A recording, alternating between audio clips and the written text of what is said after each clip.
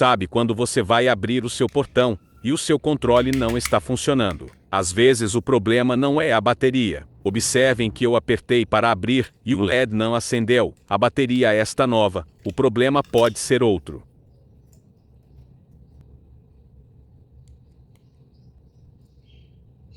O problema está nesta solda aqui, a solda quebra. Então o controle para de ser alimentado pela bateria e o controle não funciona. Aqui é bem simples de resolver.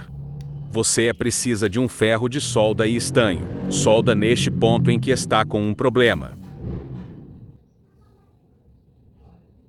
E pronto, já está tudo resolvido. Agora você pode usar o controle novamente. Está nova em folha. E vocês vão observar que desta vez o LED está acendendo, sinal que o controle voltou a funcionar e seu portão vai abrir.